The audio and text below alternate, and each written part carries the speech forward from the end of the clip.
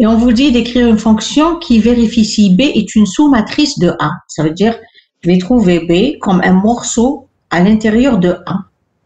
Là, vous la voyez dans l'exemple, la matrice B, elle est sous-matrice de 1. Voilà, vous la voyez. 7, à côté vous avez 33, en dessous vous avez 45, et en dessous, encore à droite, vous avez 0. Il faut trouver B comme un morceau, comme ça, dans A. C'est-à-dire, je ne devrais pas trouver les éléments de B éparpillés dans A. D'accord? Il faudrait les trouver comme ça, comme une petite matrice à l'intérieur. Voilà. Parce que, en fait, c'est différent. Quand je dis incluse, une matrice incluse dans une autre, je vais trouver les éléments éparpillés. Mais quand je dis sous-matrice, il faut la trouver comme ça, comme un morceau dessiné dans A. Une petite matrice à l'intérieur de A. Vous avez compris? Vous m'entendez d'abord? Oui, madame.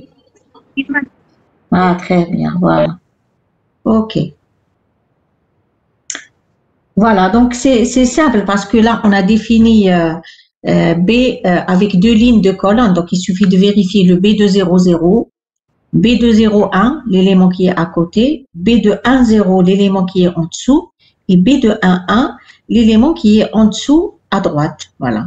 Donc, on a 4 éléments à vérifier. C'est très simple. D'accord?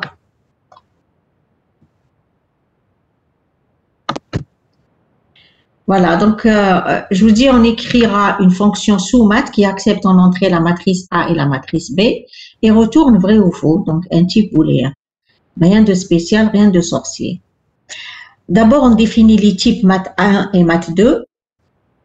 Donc, mat1 pour la matrice A et mat2 pour la matrice B. Donc, mat1, c'est un tableau 50 lignes sans colonne d'entier et mat2, c'est un petit tableau de 2.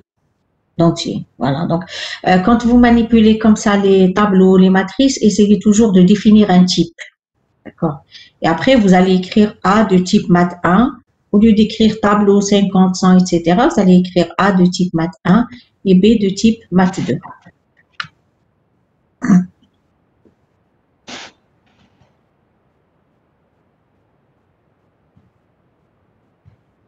Voilà. On avance. Voilà. Bon, je suppose que vous avez réfléchi à l'exercice parce que ça fait longtemps que vous avez la série, même si je me suis trompée dans le numéro.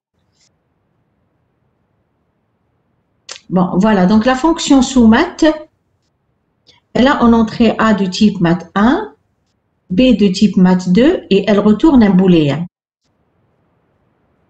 OK? Donc, on va parcourir la matrice A pour chercher, donc la matrice A pour chercher cette sous-matrice B à l'intérieur. Bien sûr, il faut commencer par comparer le B de 0, 0.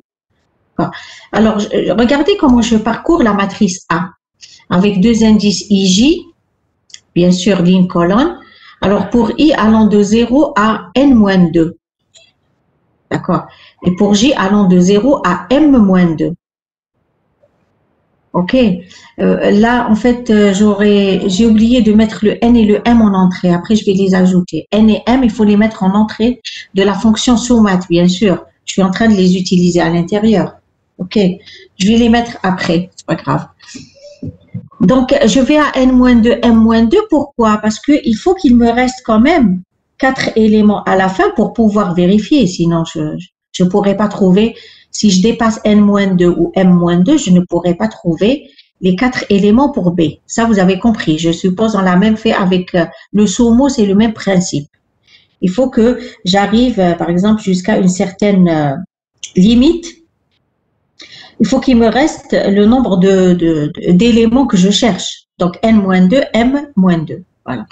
C'est simple. Donc, regardez la condition. Si A de IJ égale B de 0, 0, et A de IJ plus 1, donc je vais sur la colonne de droite, égale B de 0, 1, et A de I plus 1, je descends dans la ligne. A de I plus 1 J égale B de 1, 0, et A de I plus 1 J plus 1 égale B de 1, 1.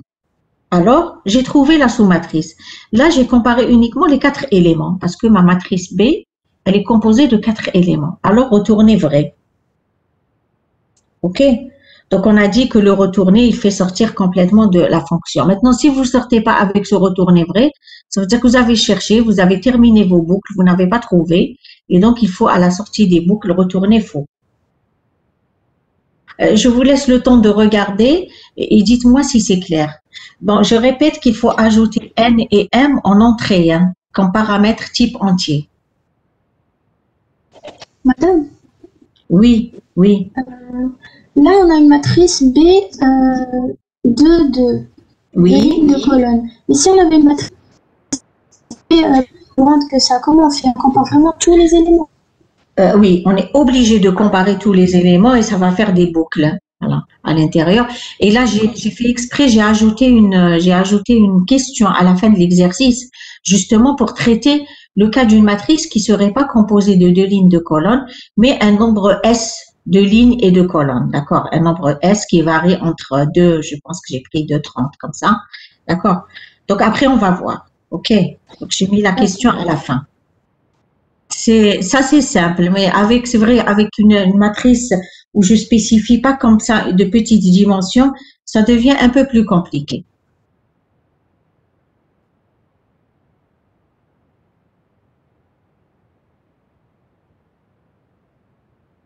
Ok, donc moi j'utilise retourner vrai, retourner faux. Vous pouvez utiliser un booléen, un trouve. Donc essayez de réécrire rapidement la solution en utilisant un booléen. Le trouve, vous le mettez à vrai si vous trouvez, vous le laissez à faux si vous trouvez pas. Et à la fin, vous retournez trouve.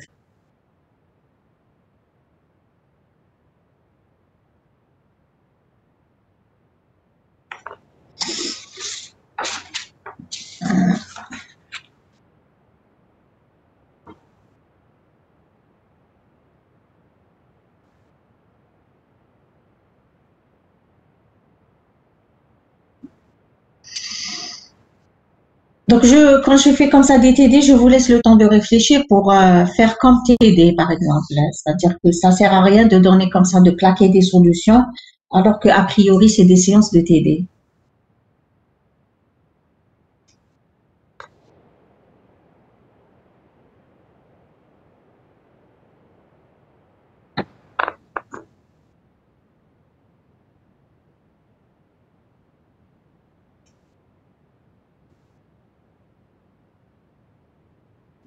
Madame, Oui. c'est la même chose لو كان درنا retourner faux داخل شو نديرو sinon retourner faux. Euh, non, c'est pas la même chose. Non, parce que regarde, tu vas commencer à vérifier. Regarde, quand tu commences à vérifier, tu commences à partir de i égale à 0 et j égale à 0. Hein.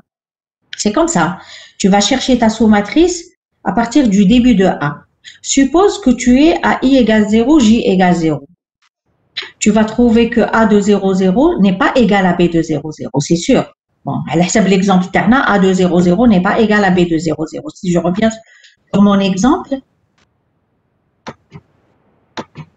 voilà. A de 0, 0, c'est 25 et B de 0, 0, c'est 7. Donc, c'est pas égal. Toi, qu'est-ce que tu vas faire si tu fais comme tu me dis, voilà, tu ne trouves pas A de 0, 0 égale B de 0, 0, tu vas faire le sinon retourner faux.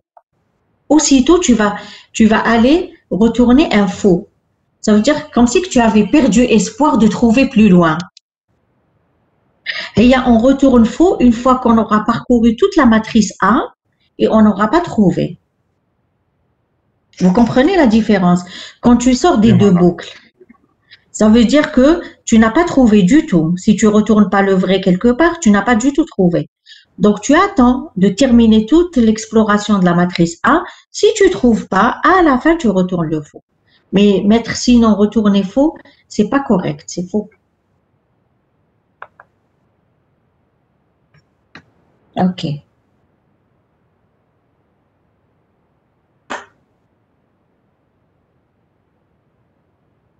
Donc maintenant, si je vous ai demandé de réécrire en utilisant le booléen, on va regarder.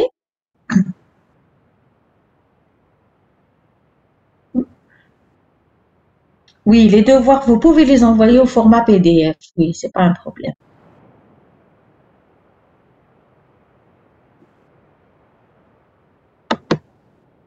Voilà. On pourrait réécrire la fonction en utilisant un booléen. Donc, la même chose, hein, je vais ajouter en entrée n et m, d'accord? Et là, j'ai utilisé un booléen trouve. Trouve, type booléen, que j'ai initialisé à faux.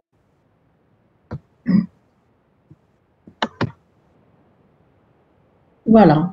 Donc là, comme je dois ajouter la condition trouve égale à faux,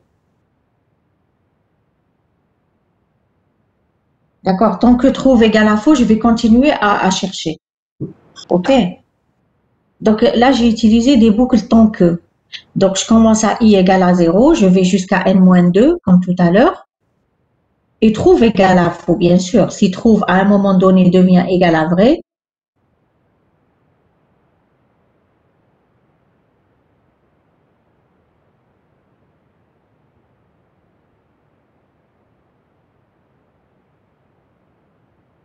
qu'est-ce que vous êtes en train de raconter sur le chat? J'ai pas compris. J'essaye de lire, mais vous êtes en train de discuter entre vous. Hein?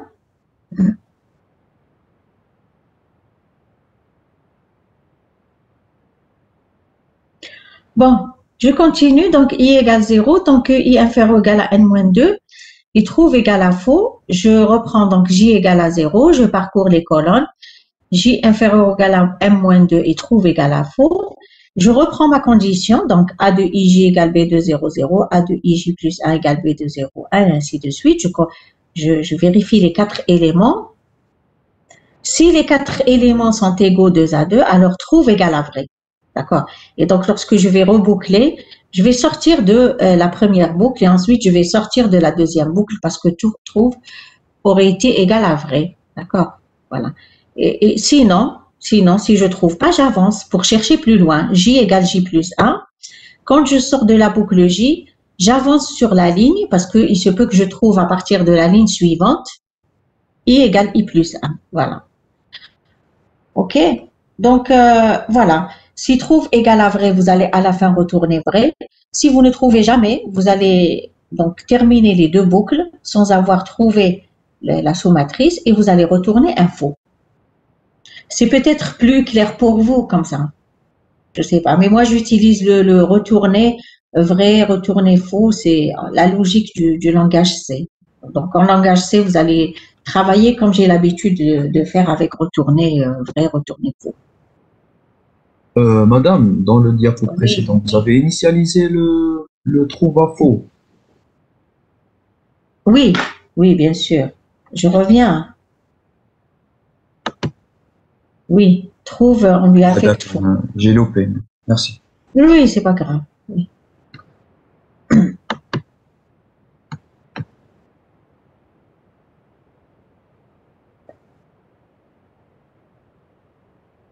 OK, donc je vous laisse le temps un peu de regarder. Vous me dites si ça va, on avance.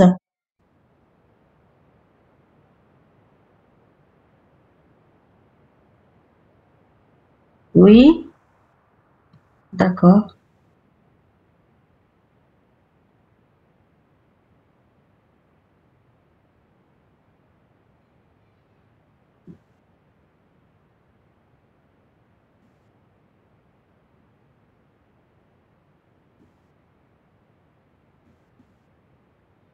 OK, très bien. Donc, on va avancer. Bon, pour ceux qui voudraient poser des questions, la séance est ouverte. D'accord. Donc, on a une autre question. Je reviens à l'énoncé. Voilà. On vous pose une autre question. On vous dit si on voulait avoir les coordonnées de la matrice B dans A, c'est-à-dire à quelles coordonnées IJ on a trouvé la sous-matrice B. Ici, par exemple, on l'a trouvé aux indices 1, 1.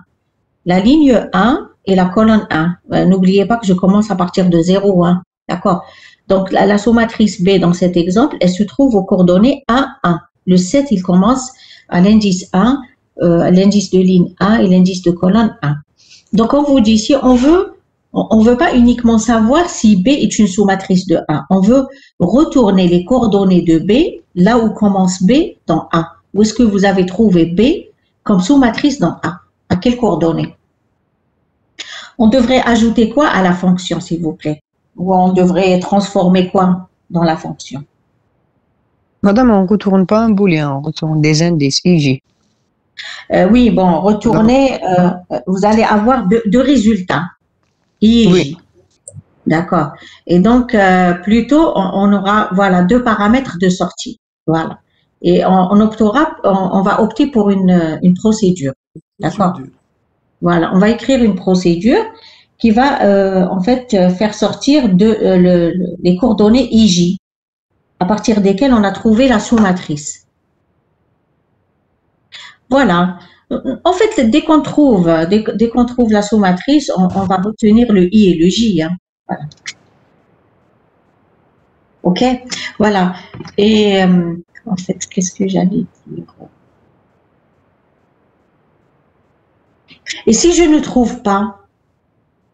Et si je ne trouve pas? Autant, donc on doit avoir trois paramètres de sortie, un booléen et deux entiers.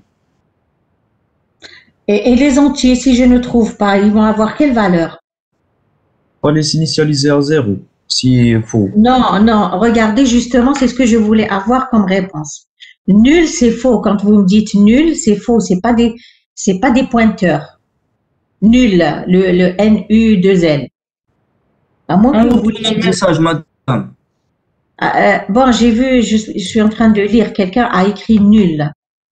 Nul, c'est faux, c'est un pointeur, ou la nil, ou la nulle, ou la. Moins 0, madame.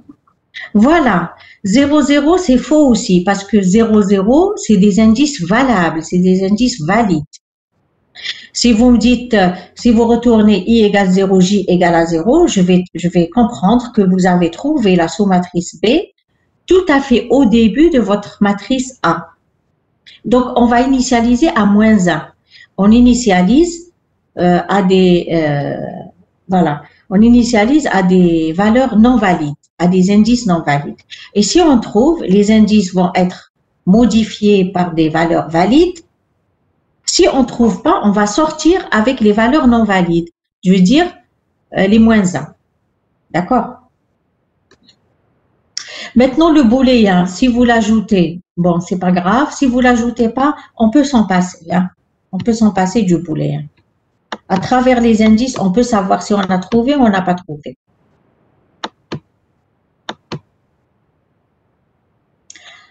Voilà, donc je réponds ici. Si on souhaite obtenir les coordonnées de la matrice B dans A, on écrira une procédure. D'accord? Donc, en entrée, on va donner A de type math 1, math 2, les N et M.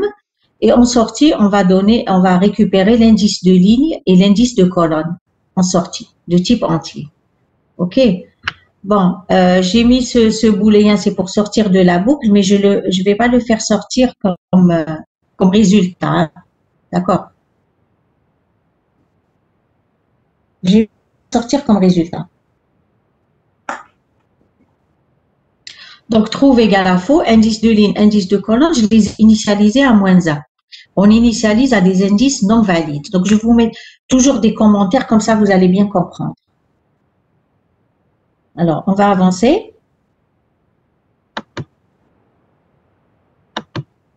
Voilà. Bien sûr, on va parcourir jusqu'à trouver la sous-matrice ou alors ne pas la trouver. Hein. Donc, I égale à 0, tant que I est inférieur ou égal à N-2 et trouve égale à faux. Faire J égale 0, tant que J est inférieur ou égal à M-2 et trouve égal à faux, là, on n'a rien changé. Hein. D'accord, on est en train de parcourir pour vérifier. Donc, la fameuse condition, composée de 4 conditions, pour vérifier l'égalité des éléments. Alors, si on trouve, regardez, si la condition est vraie, on va mettre indice de ligne égal à I, indice de égal à J, parce qu'on a trouvé à partir des indices I, J de la matrice A. Et on va aussitôt mettre le trouve à vrai pour ne pas continuer à chercher, pour sortir de ces deux boucles. Sinon, on va avancer avec le J et après on va avancer avec le I pour chercher plus loin. Voilà.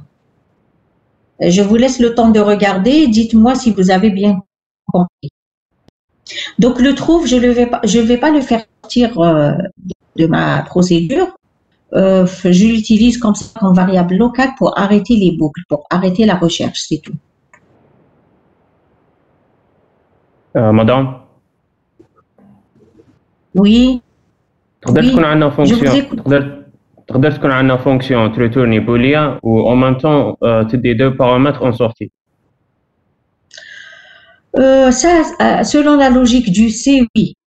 Oui, selon la logique du C, tu peux bien sûr avoir une fonction qui va retourner quelque chose et qui va te transformer tes paramètres, qui va faire sortir deux paramètres.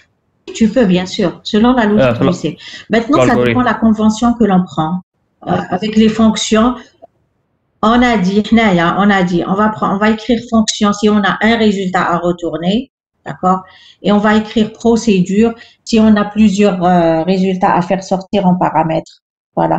Mais sinon, pour moi, si je dois suivre la logique du C, même si tu écris une fonction qui va faire un retour et qui te modifie un des paramètres, pour moi, c'est correct. Parce que je suis la logique du C. تسمى نقدروا نيتيليزوها نورمال.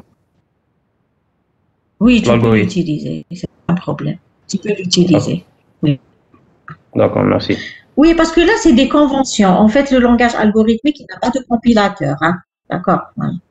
Mais en fait, ce qu'on vous a dit l'année dernière, on vous a dit, je pense, hein, pour la plupart, on vous a dit une fonction qui retourne, tourner un résultat, et une fonction, elle n'a que des paramètres d'entrée. Je suppose que c'est ce qu'on vous a dit. Hein? Oui. Allô? Oui.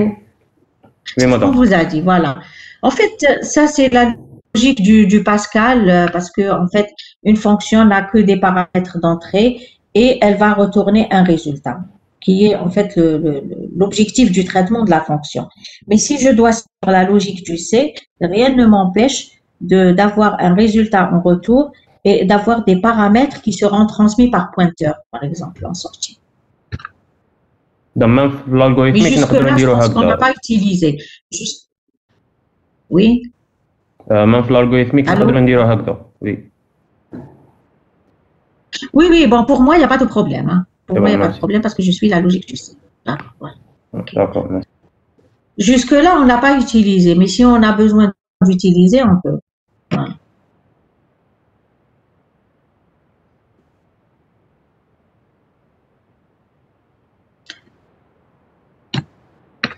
Alors, c'est clair pour la fonction ici, c'est bon? L'indice de ligne, l'indice de colonne, dès que vous trouvez votre sous-matrice, l'indice de ligne, il va prendre la valeur I, l'indice de colonne, il va prendre la valeur J. On avance? C'est bon. Bon, j'avance et si vous avez des questions, vous allez me dire. OK. Voilà. Donc, là, j'ai essayé juste d'écrire un algorithme pour appeler la fonction, la procédure, pour vous rappeler comment appeler, etc. Donc, ici, vous allez avoir les dimensions, et il faut remplir les matrices A et B. Donc, on demande les dimensions de A. Voilà. On remplit la matrice A.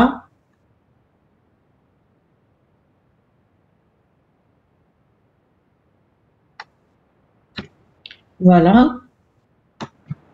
On remplit la matrice B. Donc, de 0 à 1, J allant de 0 à 1, on remplit la matrice B. Si sous-matrice de AB, là, je vous ai dit, hein, je vais ajouter NM. Hein. En bas, je vais corriger tout ça. J'ai oublié le N et le M, les dimensions de la matrice A. Si sous-mat de AB égale à vrai, là, je suis en train d'appeler la fonction. Alors, si elle retourne vrai, B est une sous-matrice de A, sinon B n'est pas une sous-matrice de A. Maintenant, je vais appeler la procédure et vous allez avoir la réponse à votre question que j'ai vue dans le chat. Donc, en appelant la procédure, on va appeler comme ça. Donc, on ne va pas appeler si sous-matrice parce qu'elle ne retourne rien, c'est une procédure. AB, sous-mat AB, virgule NM, IJ. Je vais ajouter le NM, IJ. Donc, ici, j'ai dit, on obtient les coordonnées de la sous-matrice dans les variables I et J. D'accord. Après, donc, je vais écrire quoi? Si I égale à moins 1 et J égale à moins 1. Si I et J sortent avec les indices moins 1, moins 1, avec les valeurs moins 1. Ça veut dire que je n'ai pas trouvé. Parce que moi, je les avais initialisés à moins 1. Quand je trouve, je vais leur changer de valeur. Maintenant, si je reste avec moins 1, Ça veut dire que je n'ai pas trouvé la sous-matrice A. Et là, donc, je n'ai pas besoin de faire sortir un booléen. D'accord? Je teste uniquement les indices.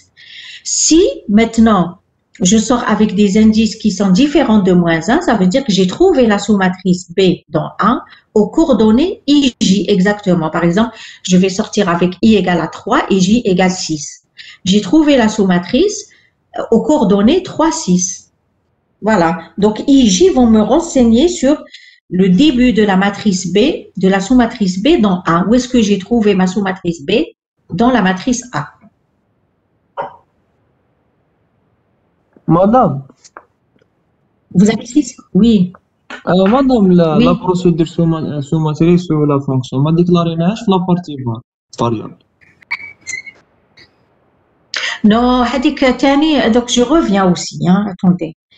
Je ne sais pas, parce que vous avez fait le TP avec le langage C. D'accord.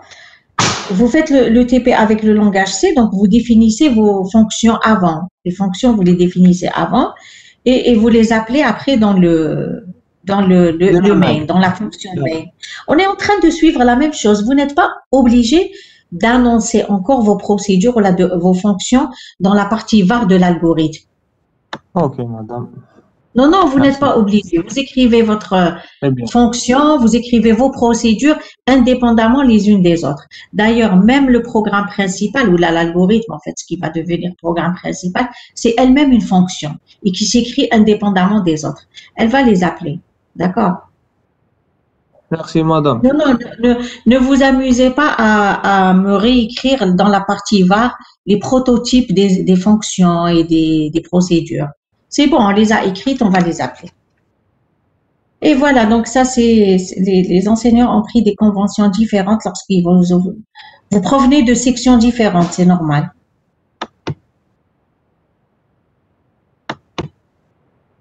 En fait, même si vous le faites, moi, je ne vais pas compter que c'est faux, hein. Je ne vais pas dire que c'est faux, je ne vais pas enlever des points. Mais je vous dis, ne perdez pas de temps à réannoncer les fonctions et les procédures dans la partie var de l'algorithme. D'accord? Voilà, c'est tout. On les écrit avant et on les appelle, c'est tout.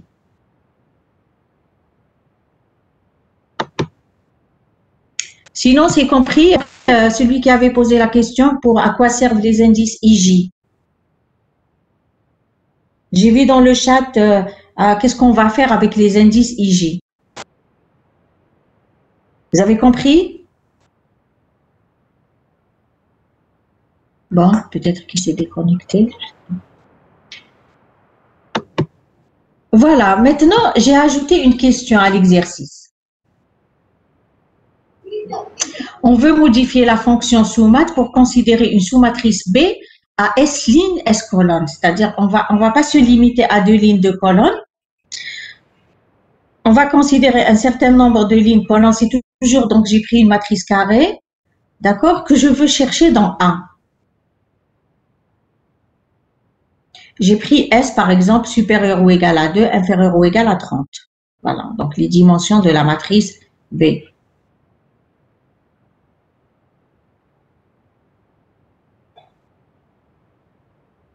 Non, c'est pas... Vous changez le 2 par S. Non, pas uniquement ça. Madame, Regardez, nous, qu'est-ce qu'on a écrit pour vérifier. Regardez, hein, pour vérifier, je reviens. Hein, regardez, pour vérifier les éléments. On a écrit une condition avec, en fait, une condition composée de 4 conditions, 4 égalités. D'accord? A de IJ, est-ce qu'il est égal à B de 0, 0? A de IJ plus 1, est-ce qu'il est égal à B de 0, 1? D'accord? Et A de I plus 1J, est-ce qu'il est égal à B de 1, 0? Et ainsi de suite. Là, parce que c'était 4 éléments, c'est pas beaucoup. Mais si je devais vérifier tous les éléments de B à partir des indices IJ, si je devais vérifier tous les éléments de B, est-ce qu'ils sont dans A à partir des indices IJ? Il me faut, j'ai vu déjà. Oui, bon, il y a supérieur, inférieur, on s'en fout. D'accord, après on va boucler sur S carré. On va faire S carré égalité. Non, mais S carré, je ne Madame, comprends pas. S Madame, carré.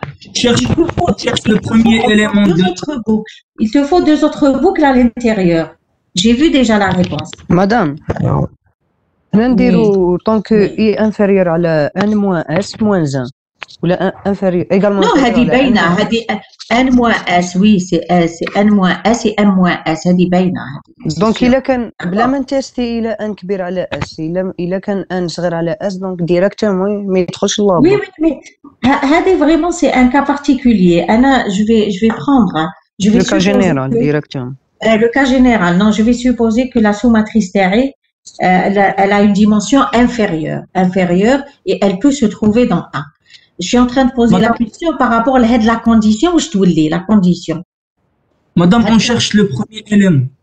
Euh, On cherche le premier élément de la matrice B et après on vérifie si M moins S est supérieur à 0. Si S moins M moins S supérieur à 0, je dois vérifier la matrice. Et Non, N moins S aussi supérieur à 0. Globalement, quand tu veux vérifier les éléments de la sous-matrice dans ta matrice A, tu es obligé d'ajouter deux autres boucles à l'intérieur. Tu vois les deux boucles qui parcourent la matrice A. Tu vas te positionner sur un élément IJ. Bon, tu me dis, j'ai trouvé le B200. OK, j'ai trouvé le B200 à l'indice IJ. Pour vérifier les autres éléments, il me faut deux autres boucles pour parcourir la matrice B. Les boucles qui vont aller jusqu'à S. D'accord, jusqu'à S-1. Et tant que jusqu'à I plus S, madame. Ah, pardon? Jusqu'à I plus S, J plus S. لا لا En tout cas, ça dépend comment tu écris, ça dépend. Anna, je commence, oui, moi je commence K1 à 0 pour B et K2 à 0. Ça dépend comment tu écris. Moi, je suis en train de vous dire que là, vous allez vous retrouver avec un algorithme avec 4 boucles imbriquées. Est-ce que vous comprenez? 4 boucles. Oui, madame, deux boucles impliquées. Les deux boucles qui parcourent la matrice I. Les deux boucles qui parcourent la matrice I, Hamlik, IJ, et tu vas avoir à l'intérieur deux autres boucles pour parcourir la matrice B. D'accord? Pour vérifier à chaque fois, est-ce que ton élément, c'est le même que celui de A. D'accord? En avançant bien sûr dans A et en avançant dans B. OK? Voilà, c'est ça. Et ça, c'est la réponse que j'avais vue tout à fait au début dans le chat quand j'ai posé la question. Alors moi, qu'est-ce que je vous propose pour simplifier? Parce que là, on risque de s'embrouiller avec les indices. Voilà, j'ai dit, pour simplifier, on écrira une fonction, bon, je lui ai changé de maths, de fonction, non, S-math, qui vérifie si B est une sous-matrice de A à partir des coordonnées IJ de A. Donc, je fixe deux coordonnées dans A, d'accord, sans parcourir A, en fait, au début, je fixe deux coordonnées dans A et je demande de vérifier est-ce que B est une sous-matrice de A à partir des coordonnées IJ. C'est comme ça lorsqu'on voit qu'une solution, par exemple, d'un problème, elle est compliquée à écrire, ça fait beaucoup de boucles imbriquées, ça fait beaucoup d'indices, etc. Qu'est-ce qu'on fait? On essaye de raisonner plus simplement parce qu'on a cette possibilité de travailler avec les fonctions et les procédures, d'avoir des traitements modulaires qui vont nous faciliter d'abord la compréhension et qui vont donner plus de clarté à nos solutions. Donc, qu'est-ce qu'on se dit ici, par exemple? Je peux fixer les indices IJ, je les donne en entrée. N'importe lesquels. Hein. Les indices IJ, ils vont changer. Quand je vais appeler SMAT, ils vont changer. C'est comme on a fait pour le SUMO. Ceux qui ont assisté avec moi pour le SUMO, j'avais écrit une fonction qui vérifie si M2 est SUMO de M1 à partir d'un indice I. J'ai fixé l'indice. C'était très facile à écrire. On va dire que la fonction SUMO, je l'ai appelée pour vérifier est-ce que, pour trouver toutes les positions où je peux trouver M2 comme SUMO de M1. Je raisonne à peu près de la même manière. Je fixe les coordonnées IJ et je me dis, la question est simple.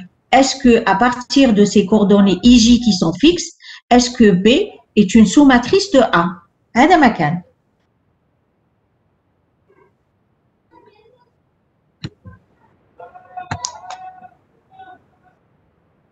Voilà. Donc, il faut vérifier à partir B200, B201, B202 jusqu'à B20S-1 en ligne aussi B de 1 à B de 1, 0, B de 1 à, etc., il s'agira de parcourir la matrice B et de vérifier par rapport aux éléments de la matrice A qui se trouvent à partir de l'indice IJ.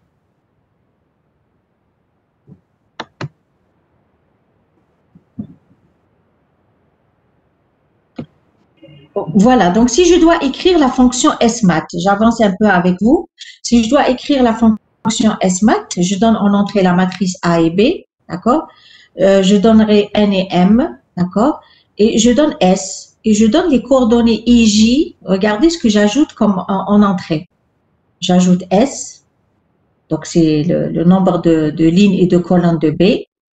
J'ajoute le I et le J. C'est les positions de A à partir desquelles je veux vérifier si B est une sous-matrice. J'utilise deux indices K1 et K2 pour parcourir la matrice B. Je mets le booléen true, j'utilise le booléen true que j'initialise à faux et dès que je trouve la sous-matrice, je vais retourner vrai. D'accord, je vais le modifier en vrai.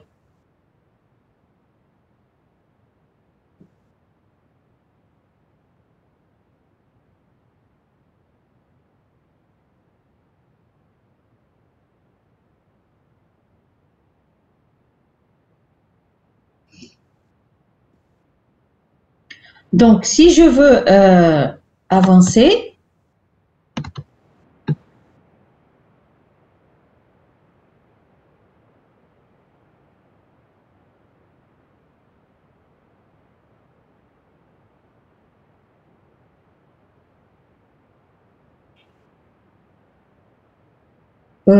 attendez. Là, j'ai fait des copier-coller. Attendez, je vais corriger. J'ai fait des copier-coller, j'ai laissé faux partout. Hein. Je l'ai fait à la dernière minute. Bon, je vous laisse le temps de réfléchir. Je rectifie, je repartage. Hein. D'accord. Donc, je remets ça. Voilà. Je vous laisse le temps de réfléchir parce que j'ai laissé des faux partout.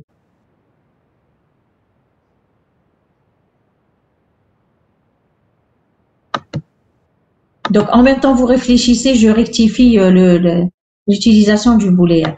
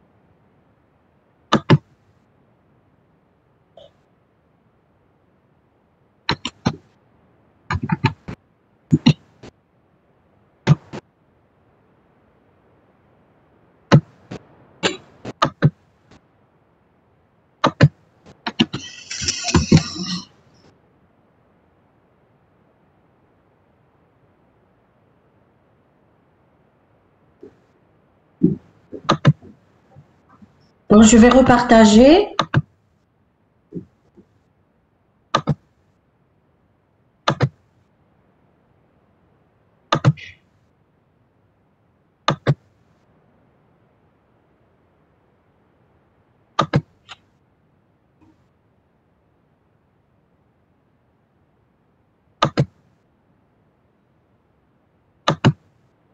Alors, j'ai enlevé le fichier, hein, je vais repartager.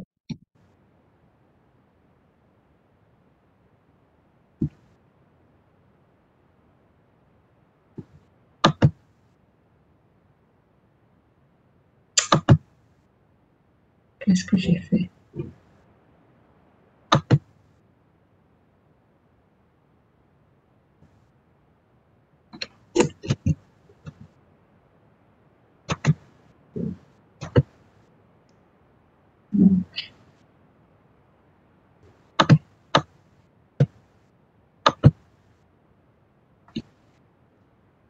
Alors, c'est l'exercice série 1.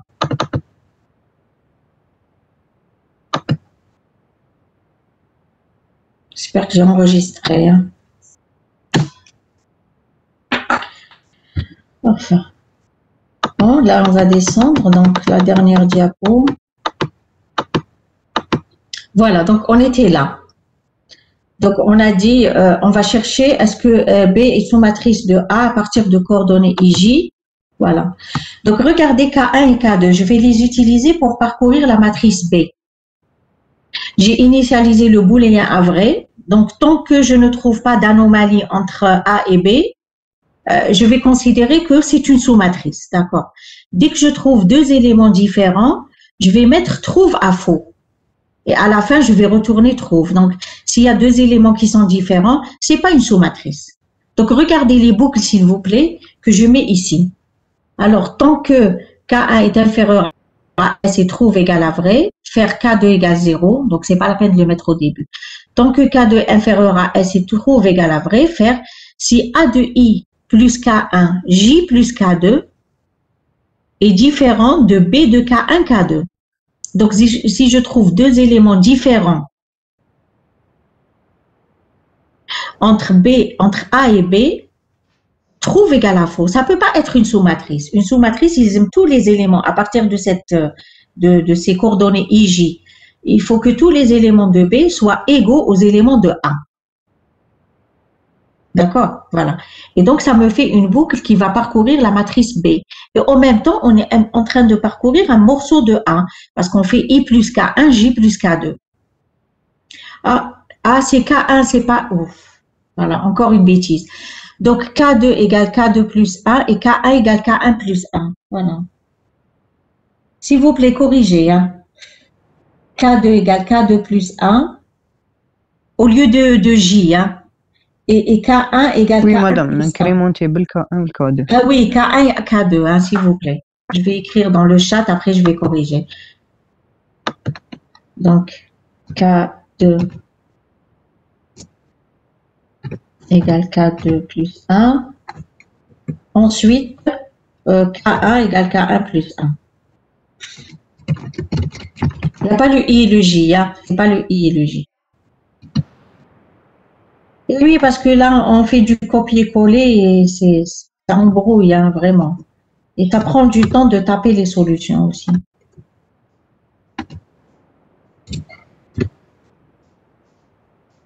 Voilà, c'est comme ça.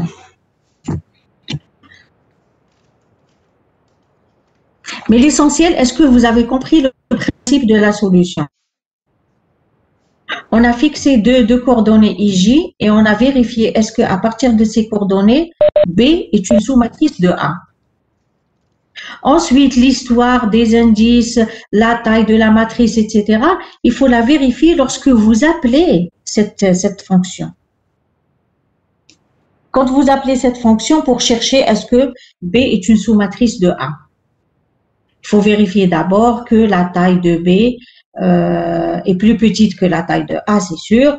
Il faudrait vérifier aussi que il faut pas aller vérifier à partir des indices où vous n'avez pas S éléments. Il faut vous arrêter à I-S, J-N-S et M-S. Voilà. comme on a fait tout à l'heure, n-2 et m-2.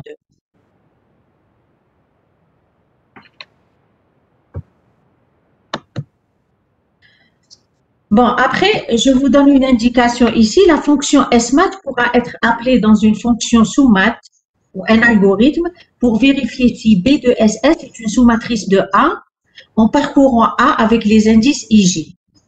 Et dès qu'on trouve la sous-matrice B dans A, on arrête le parcours de A. Ça, je vous laisse le soin de l'écrire. D'accord? Donc, utilisez cette fonction. Et s'il vous plaît, arrêtez vos micros. Arrêtez vos micros. Il y a du bruit. Il y a du bruit, s'il vous plaît. Arrêtez vos micros.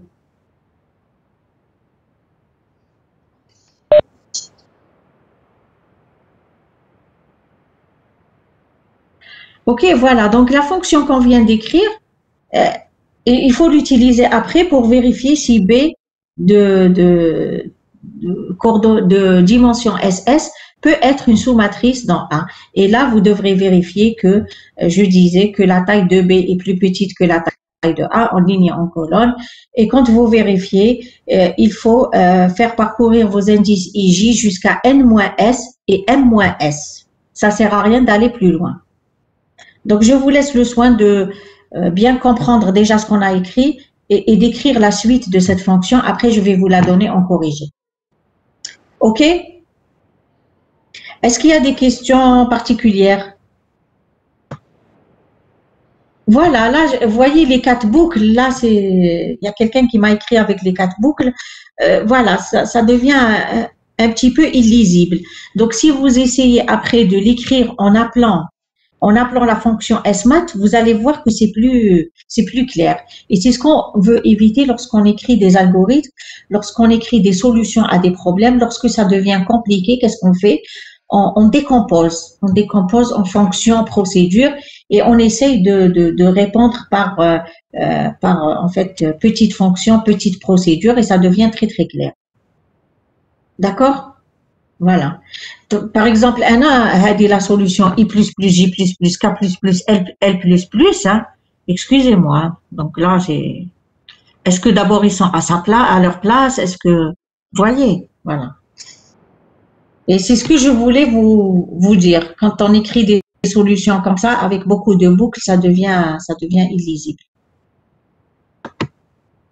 Même après, pour les vérifier, on peut louper des bêtises qu'on n'aurait pas fait. On pense que c'est correct.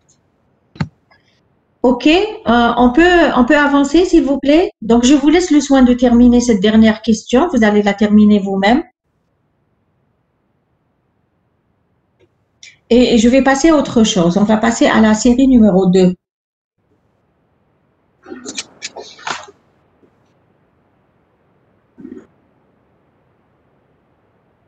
On avance, s'il vous plaît.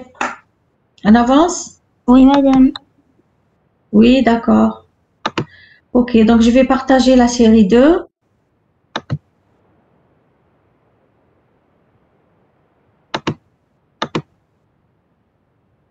Bien sûr, après, quand vous révisez, vous revoyez toujours, bon, ne laissez pas les cours et les TD s'accumuler.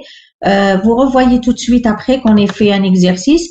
Et si vous voyez que vous n'avez pas compris quelque chose, il faut poser vos questions à la séance qui suit, hein. Sinon, vous pouvez envoyer un mail. Mais je préfère à la séance qui suit, comme ça, vos camarades vont profiter des réponses.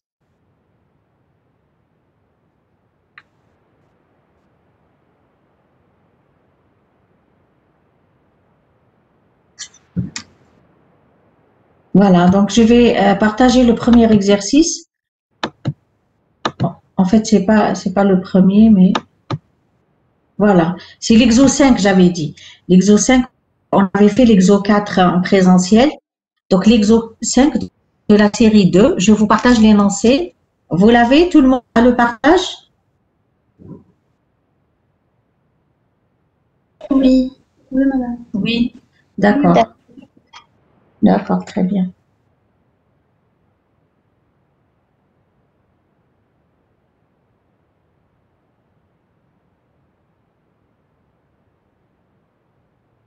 Donc, je vous laisse les questions, peut-être avoir une idée des solutions.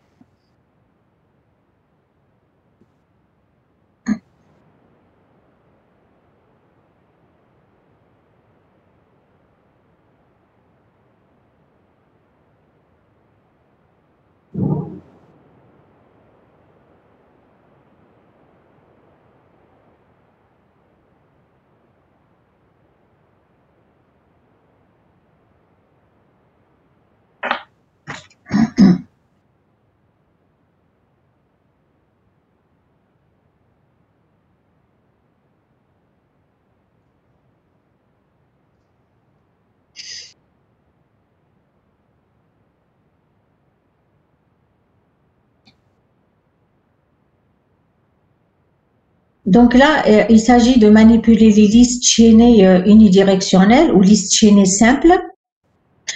D'accord? On demande d'écrire une action paramétrée qui insère une valeur X dans une liste triée de nombres réels. D'accord? Ajouter donc une valeur X dans une liste de nombres réels qui est triée par ordre croissant. Donc, on n'a pas précisé, mais c'est l'ordre croissant. D'accord? Donc là, lorsqu'il faut insérer une valeur X dans une liste triée, il faut respecter l'emplacement. Alors, donc, il faudra créer l'élément. Ensuite, on a un cas particulier à traiter. On va voir est-ce que la valeur devra être insérée en tête de liste. Auquel cas, la tête de la liste va changer. Sinon, qu'est-ce qu'il faudra faire? Si c'est pas en tête de liste, qu'est-ce qu'il faudra faire?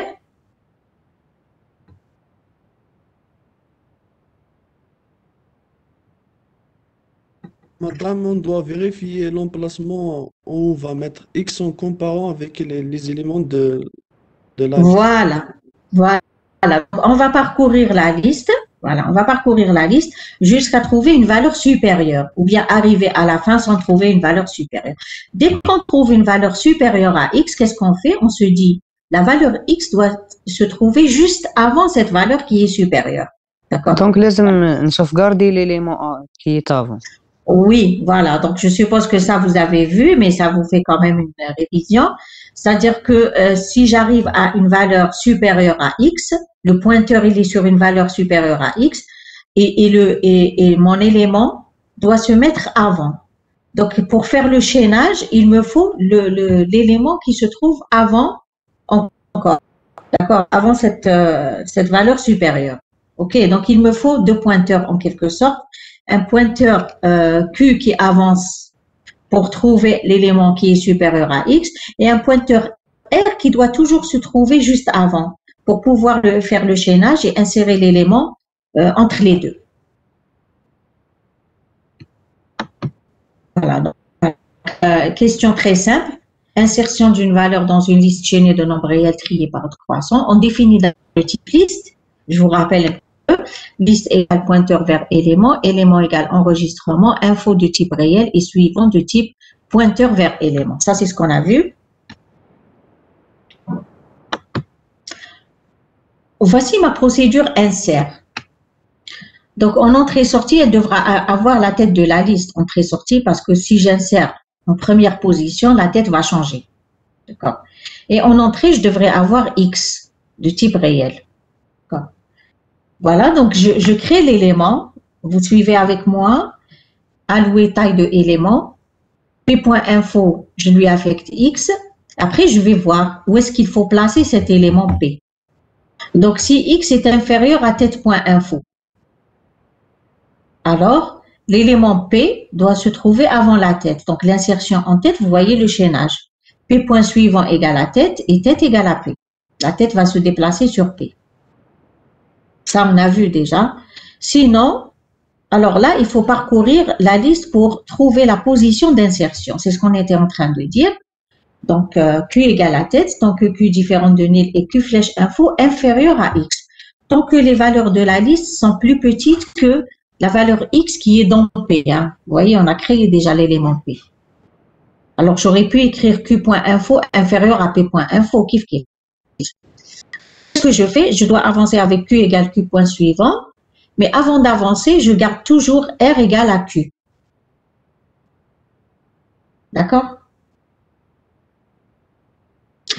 R permet de sauvegarder l'adresse de l'élément précédent. C'est ce que vous avez dit de toutes les manières. À la sortie de la boucle, P devra être inséré entre R et Q. Donc, on fera R flèche suivant égale à P et P flèche suivant égale à Q. Et là, donc la valeur X aura pris sa bonne place en préservant l'ordre croissant de la liste. Donc, R flèche suivant égale à P et P flèche suivant égale à Q.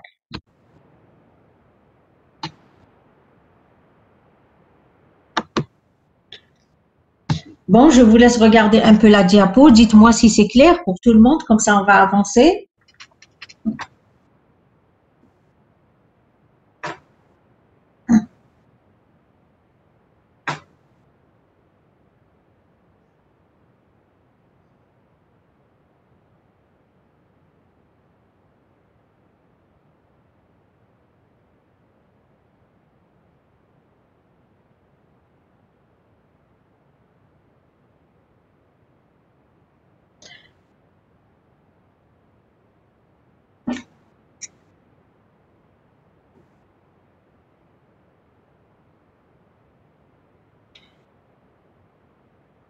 C'est compris pour tout le monde? Est-ce que je peux avancer? Vous pouvez m'écrire dans le chat, hein. Sinon, vos questions aussi, vous pouvez écrire dans le chat. Madame, on a compris. Pardon? J'ai compris, madame. Oui, oui, tout le monde. Je veux avoir quelques oui comme ça parce que... Oui, madame, oui. Très bien. Bon. Alors, on va revenir aux questions. Donc, après la deuxième question, écrire une action paramétrique qui lit n réels, donc n nombre quelconque, on va les lire au clavier, et les range dans une liste de points d'entrée T, de telle sorte que la soit triée à chaque étape. Ça veut dire, en fait, quand je dis une liste triée à chaque étape, c'est une liste qui sera triée par construction. C'est-à-dire, au moment où je suis en train de la créer, à tout moment, elle doit rester triée. À votre avis, comment on va faire pour avoir cette liste triée?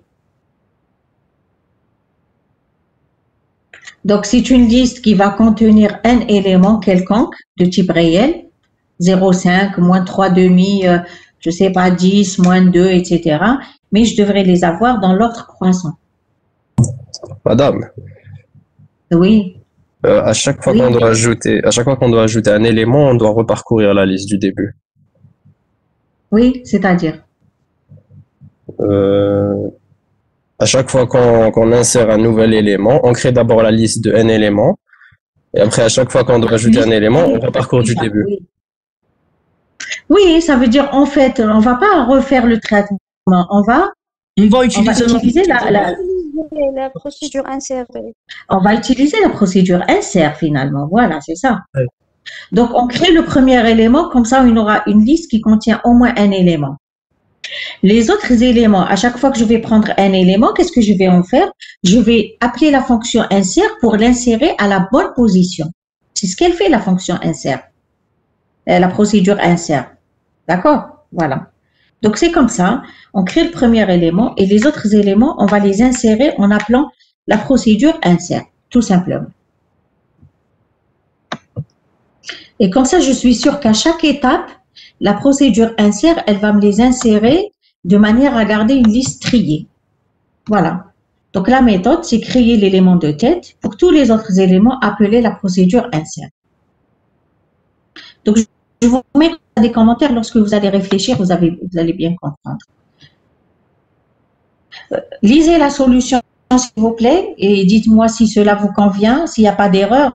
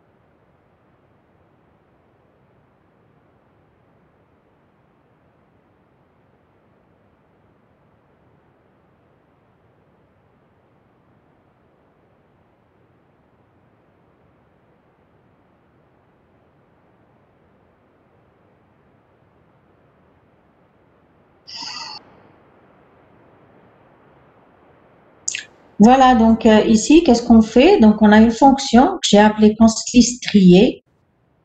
En entrée, je lui donne le nombre d'éléments et je récupère la tête de la liste. Donc, créer le premier élément avec tête, donner une valeur, tête.info égale à x, tête.suivant égale à nil. Après, il faut insérer les autres éléments, une boucle qui va de 2 jusqu'à n, de 1 à n-1 quand vous voulez, donner une valeur, on va aller à la valeur. Et on va appeler la procédure insert tête x, voilà, et j'aurai à tout moment une liste triée. Après, je retourne la tête à la fin. Je suppose que c'est simple pour cette fonction, hein, cette fonction. Voilà, donc je vais voir un peu La suite. La troisième question, écrire une fonction qui fusionne deux listes T1 et T2 de réel, triées par ordre croissant. Donc, fusionner, ça veut dire tous les éléments de T1 et T2, on va les mettre dans une seule liste.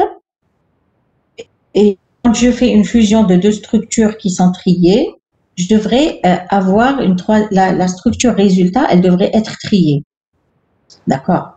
Donc, la liste T, qui sera la fusion, elle va contenir tous les éléments de T1 et T2. Elle devra être triée aussi par ordre croissant. Moi, je vais juste ajouter une condition. En bas, ne pas procéder à de nouvelles allocations. D'accord? Ne pas procéder à de nouvelles allocations, qui veut dire que, en fait, les éléments sont là, ils sont déjà créés dans T1 et T2. Ils ont déjà leur espace. On ne va pas créer d'autres éléments et supprimer les éléments de T1 et T2, par exemple. On va prendre ces éléments qui existent déjà et on va les mettre dans une liste, une grande liste triée par une liste fusion. Je vais vous montrer le schéma.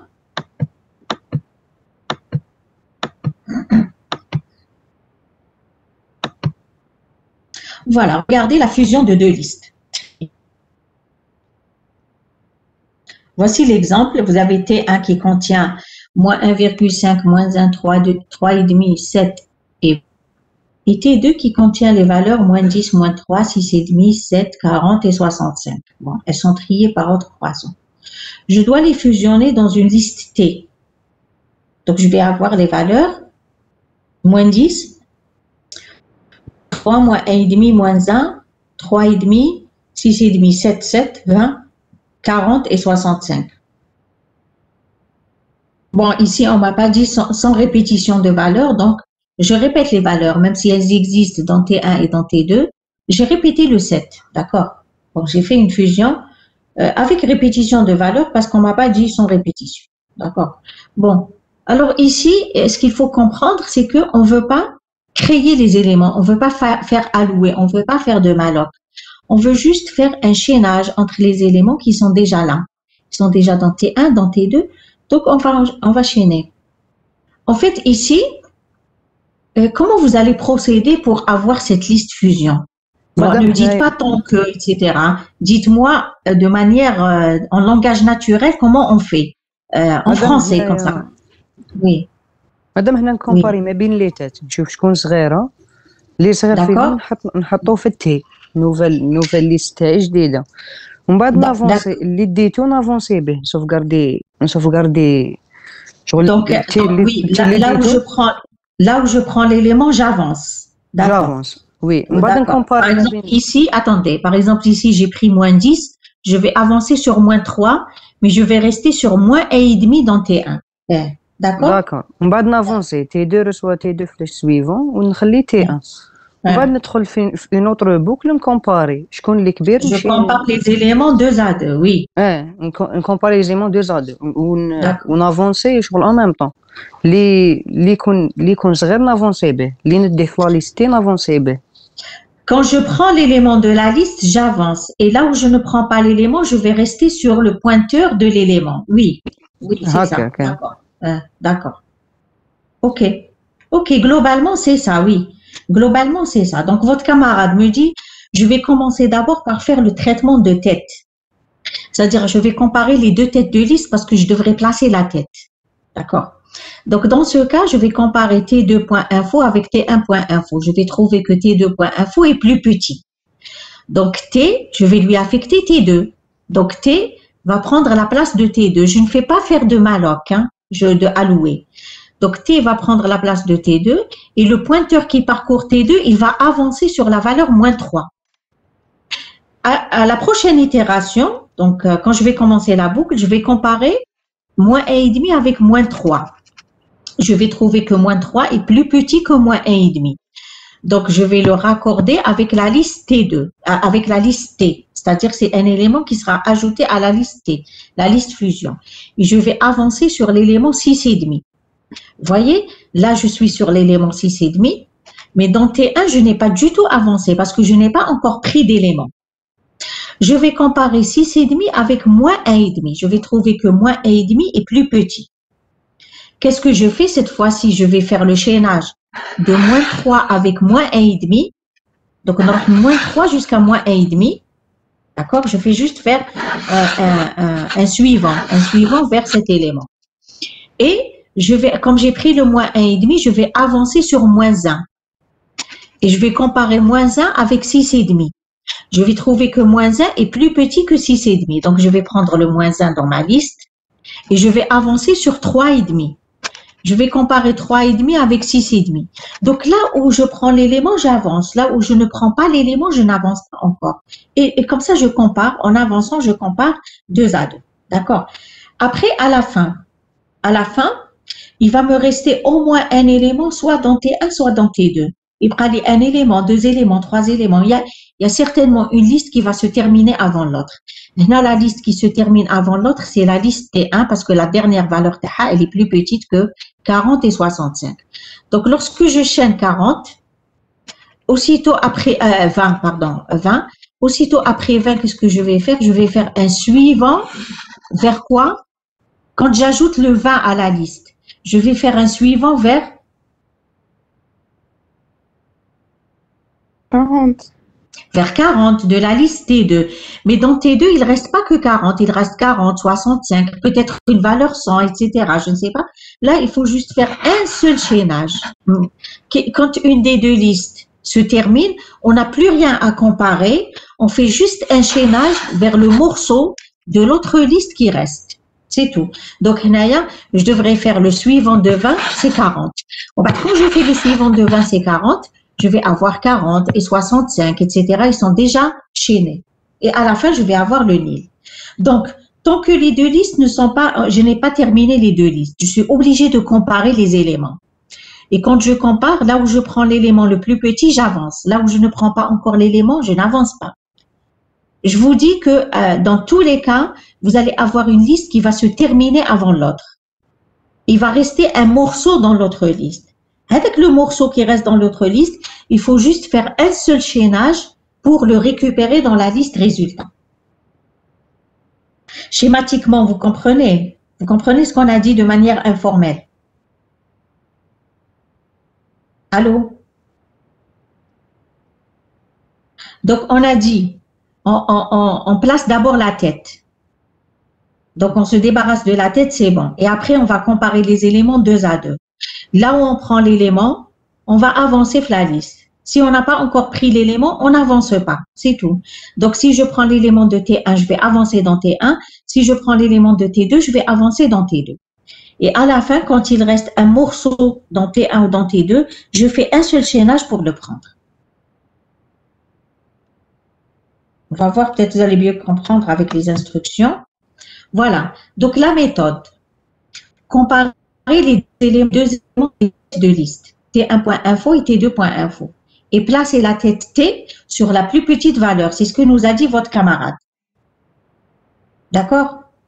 Ensuite, parcourir les éléments restants dans T1 et T2 et les comparer 2 à 2. Si l'élément de la liste T1 est plus petit, on l'enchaîne avec les éléments qui sont déjà dans la liste fusion et on avance dans T1. Si l'élément de la liste T2 est plus petit, on l'enchaîne avec les éléments qui sont déjà dans T et on avance dans T2. À la fin, il restera des éléments dans T1 ou dans T2. Il faudra faire un seul chaînage pour les ajouter à la liste T. Je pense que c'est clair, non? Madame. Allô, vous êtes là? Vous êtes parti manger. Vous êtes là? Oui. Oui. Oui, madame, on est avec vous. Oui. Madame, il y a une autre manière de faire. la manière, on va terminer cette manière, on va discuter une autre manière s'il y a lieu, d'accord? On termine, qu'on comprenne une manière, on va voir, ok? D'accord. D'accord, très bien, voilà.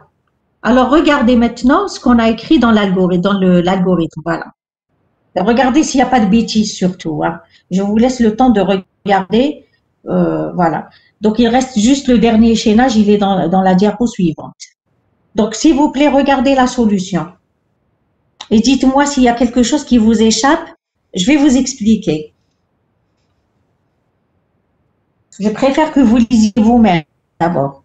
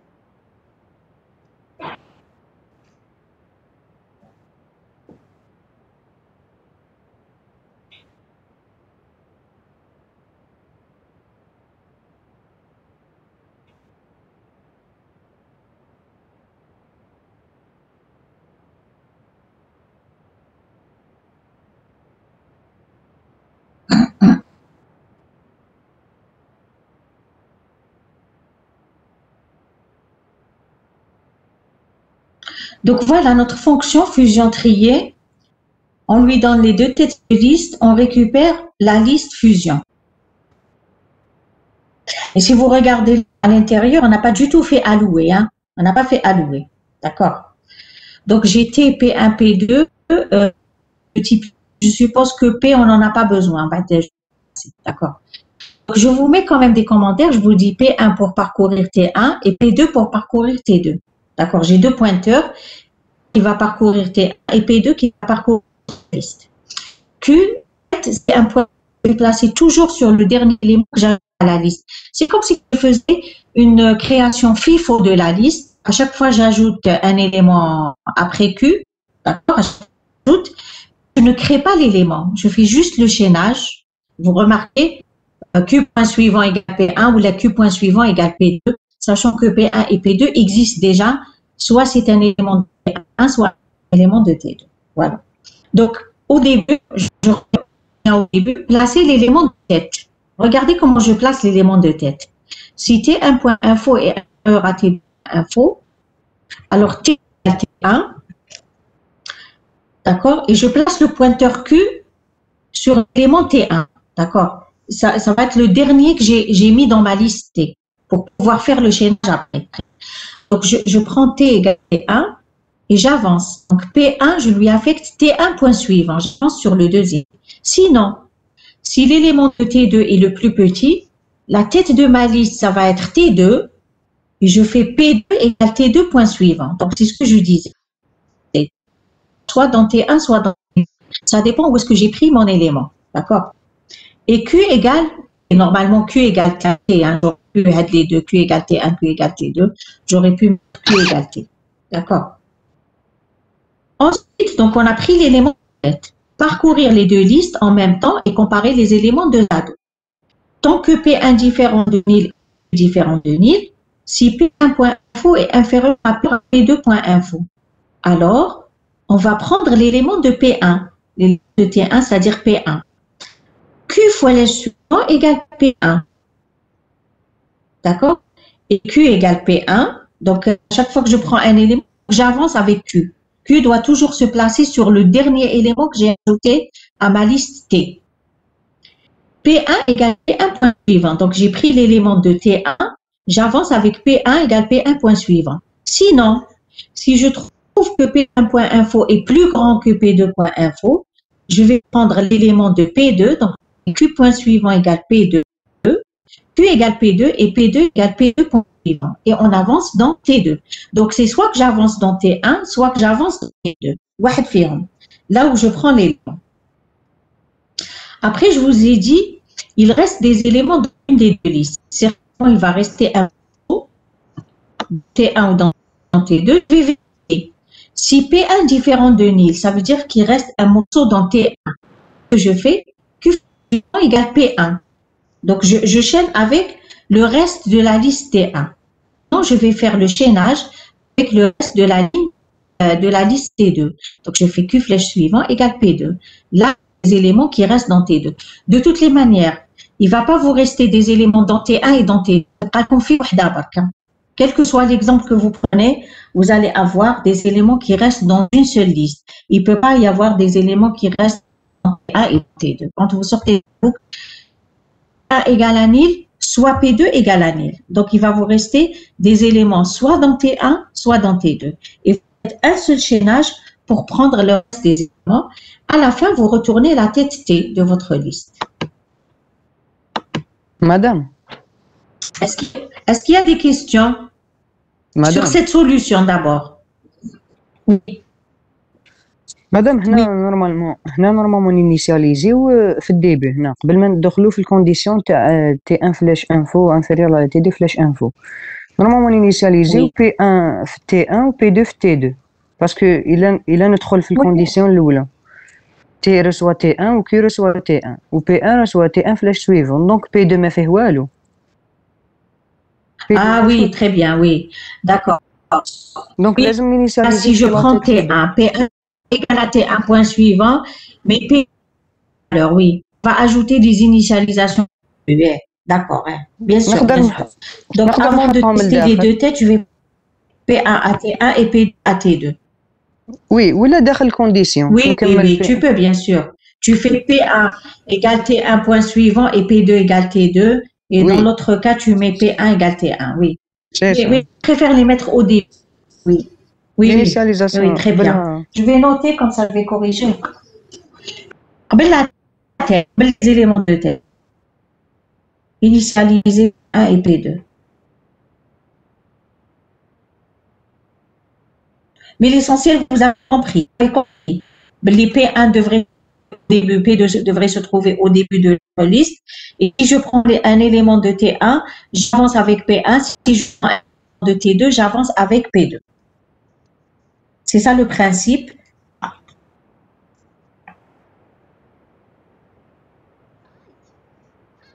Bien sûr, c'est des exercices, surtout pour ceux qui n'ont pas réfléchi aux exercices. Hein. C'est des exercices à reprendre. Il faut les reprendre. Parce que, bon, peut-être que là, ça vous échappe. C'est tellement technique, Q flèche suivant, P flèche suivant, etc. Mais il faut les reprendre, oui. Oui. C'est quel nom déjà? C'est quel nom? Je vais essayer de vous connaître un peu. C'est quel nom? واسمك؟ ما كتبي لي اسمك مانيش نسمع Même la question, je vais pas tu m'écris ta question. Oui. Le se coupe. Le son, il est en train de se couper, j'entends pas. J'entends pas, tu m'écris dans le chat.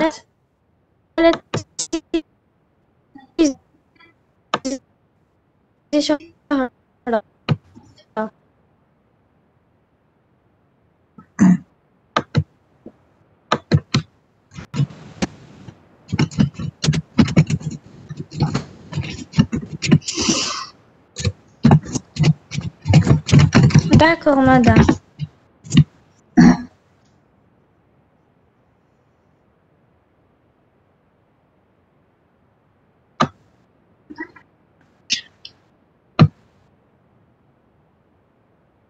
Le sang s'écoule.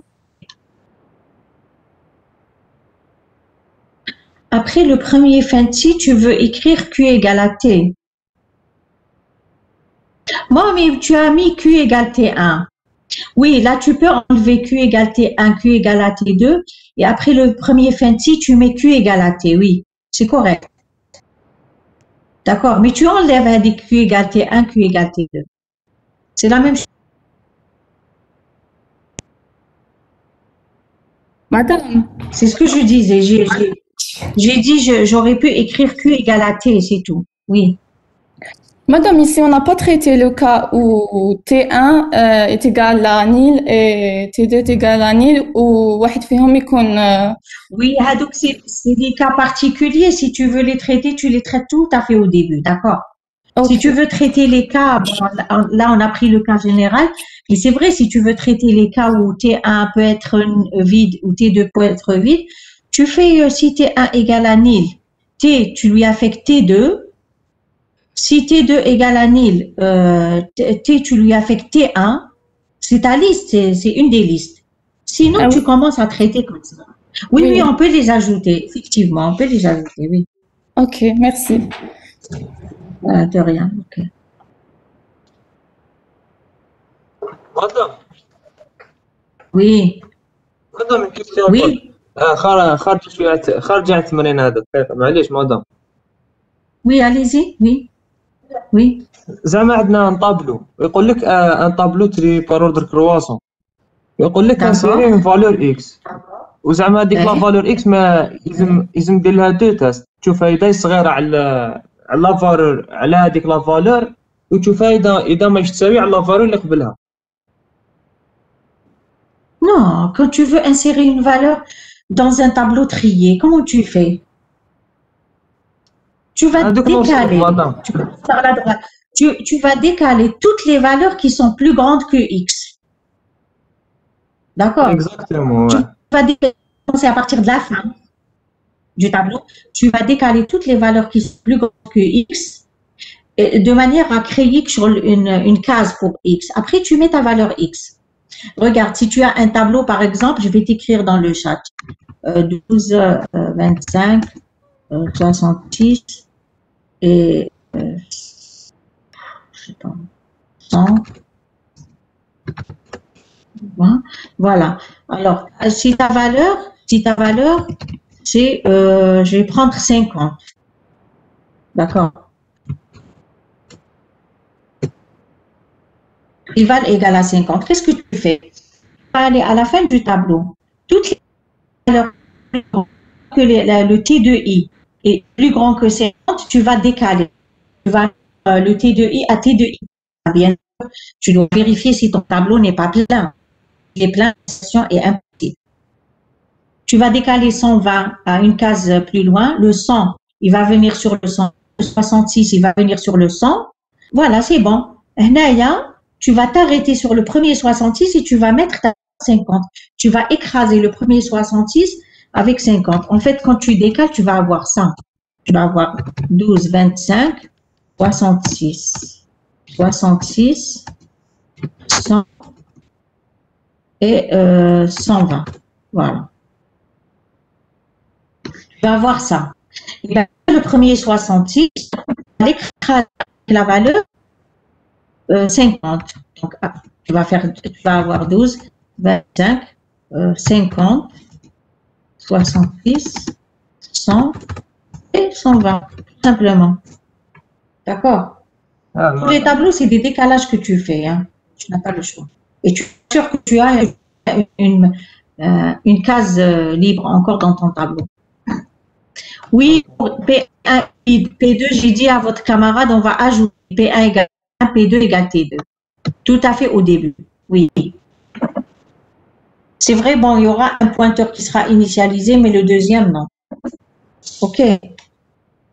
Voilà, donc je vous dis, les exercices, il faut les reprendre. Pourquoi on n'a pas alloué P1 et P2? Qu'est-ce que tu veux allouer? Tu veux allouer l'espace d'un élément? Tu veux allouer quoi? Alors là, quand tu me poses la question pourquoi on n'a pas alloué Q, pourquoi on n'a pas alloué P1 et P2, je comprends. Mais pourquoi on n'a pas alloué Q? Q, c'est je suis dans la construction de ma liste, juste pour faire le chaînage. Hein. Je n'ai pas besoin d'allouer un espace. Mais pourquoi on n'a pas alloué P1 et P2? Parce que j'ai dit sans nouvelle allocation. L'exemple, je vais revenir. Regardez ce que j'ai. J'ai des listes déjà qui existent. Les éléments, les valeurs, elles ont des espaces. D'accord. Je ne veux pas allouer de nouveaux éléments. Je veux faire les chaînages entre les éléments qui sont dans T1 et dans T2 de manière à obtenir une liste, une grande liste qui soit triée par ordre croissant en faisant juste le chaînage entre moins 10, moins 3, moins 3, moins 1,5, moins 1, moins 1, après je vais à 3,5, 3,5, نعاود نولي 6,5. Donc je fais les chaînages entre les éléments qui sont déjà existants. Et j'ai écrit, hein, regardez ici, sans nouvelle allocation, je ne veux pas allouer. Parce que mes éléments existent déjà. C'est compris, Dahmoun? C'est compris?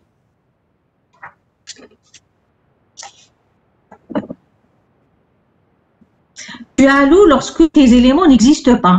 Tu veux leur créer un espace. J'ai précisé, j'ai dit je ne veux pas allouer d'autres éléments. Alors, les éléments sont des... Je veux juste mettre à jour les chaînages. D'accord? Voilà. Bon, on va essayer d'avancer.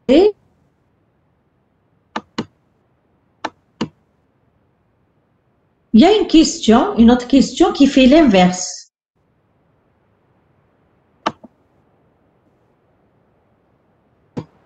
D'accord, bon, à peu près l'inverse, hein, avec des contraintes en plus. Écrire une action paramétrée qui éclate une liste T. Alors, regardez, il faut bien lire les hypothèses quand on vous donne les questions. Il faut bien lire les hypothèses et bien lire les questions. Et ce qui est demandé dans la question. OK? Voilà. Donc, là, je pars d'une liste qui n'est pas ordonnée. Je suis partie de 2 listes pour avoir une fusion ordonnée. Là, je pars d'une liste qui n'est pas ordonnée, de nombres réels, et je veux l'éclater en 2 sous-listes, en 2 listes. Je veux l'éclater en 2 listes. Donc, je fais l'inverse. D'accord? T1 et T2. Mais je voudrais que T1 et T2 soient triés par ordre. La liste initiale, elle n'est pas triée, mais moi, je veux obtenir 2 listes triées. C'est un peu compliqué, hein?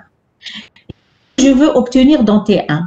Je veux obtenir dans T1 toutes les valeurs supérieures ou égales à X. Donc, je fixe une valeur. Supérieure ou égale à X. Toutes les valeurs qui sont supérieures ou égales à X, je vais les mettre dans T1. Et toutes les valeurs qui sont inférieures strictement à X, je vais les mettre dans T2. Mais ce que je veux obtenir T1 et T2 triés. Regardez mon exemple. Vous allez peut-être mieux comprendre. Là aussi, je ne fais pas d'allocation. Je prends les éléments et je les fais rentrer dans T1 et T2 selon la valeur. Et de manière triée. Je vous laisse regarder l'exemple.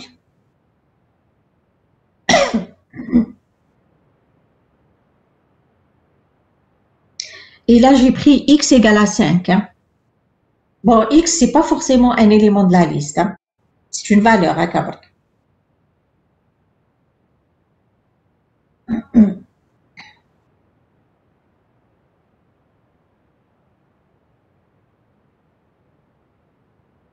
OK. Donc, voilà la question. Je veux éclater en 2 listes triées par ordre croissant. Et je veux dans T1 les valeurs supérieures ou égales à X et dans T2 les valeurs inférieures à X. Et je ne veux pas créer les éléments. Les éléments, ils sont déjà créés. Donc, je ne fais pas allouer. Nathalie, je ne fais pas allouer. D'accord. Madame, donc, on a 2 têtes ou 2 pointeurs sur 2 têtes. Ou... C'est Bouchapour qui est en train de parler? Oui, madame. D'accord. J'essaie de vous connaître un peu. Oui. مادام هنا مع الاول نتيستي نشوف الا عندي لاتات باش نخدم لاتات ابري باش نبدا نشيني دونك نشوف تي اسكو لي تنفيريور نشوف تي اسكو لي تنفيريور على 5 ولا لا من بعد نشوف c'est sûr que là je vais démarrer de 2 listes vides T1 égale à nil T2 égale à nil quand je vais commencer à mettre les éléments dedans. Il faut que نعرف est-ce que c'est l'élément de tête ou pas l'élément de tête. Est-ce que c'est le premier que je vais ajouter ou là ماشي le premier? Oui, si c'est le premier, alors je crée la tête. Après sauvegarder un pointeur في la tête باش يدير لي le chaînage après. Voilà. من بعد نبدا نخدم نورمال. ندير une boucle t'avancer les بالتي و اشاك فوا ندير لو شيناج نتيستي الى اكس انفيريور 5 نشيني في تي 2 الى اكس سوبيريور 5 نشيني في تي 1. Voilà, c'est ça. Il faut juste faire attention au pointeur quand vous avancez dans la liste T. Pour sauvegarder toujours le pointeur, oui, لازم نعاود نولي. Quand je prends la moins 1 par exemple, il faudrait que j'ai le pointeur sur la valeur 6,5.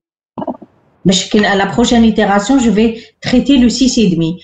Quand je prends la valeur 3 par exemple, il faudrait que j'ai le pointeur sur la valeur 7. Je vais continuer avec la valeur 7 et ainsi de suite pour ne pas perdre le reste de la liste T. D'accord? Voilà. C'est quand même un peu technique et un peu compliqué. Donc, moi, je vous propose de faire une petite pause de 1/4 d'heure à 20 minutes. Je vous laisse le temps peut-être de grignoter quelque chose. OK? Allô? Allô? Vous m'entendez? Oui, madame, oui. Voilà, donc je vous laisse le temps. En même temps, vous allez un petit peu vous reposer votre cerveau et on reprend avec cette question. Et après, il y aura l'exercice de la liste bidirectionnelle. Donc, on va faire 2 séances d'exercice, je préfère. OK? Voilà. À tout à l'heure, alors. Voilà. On revient à quelle heure, madame? Jusqu'à, donc je dis, il est 57. Allez, 13h20. 13h20, c'est bon. Je vous donne 20 minutes. Voilà. C'est madame. Ok, de rien.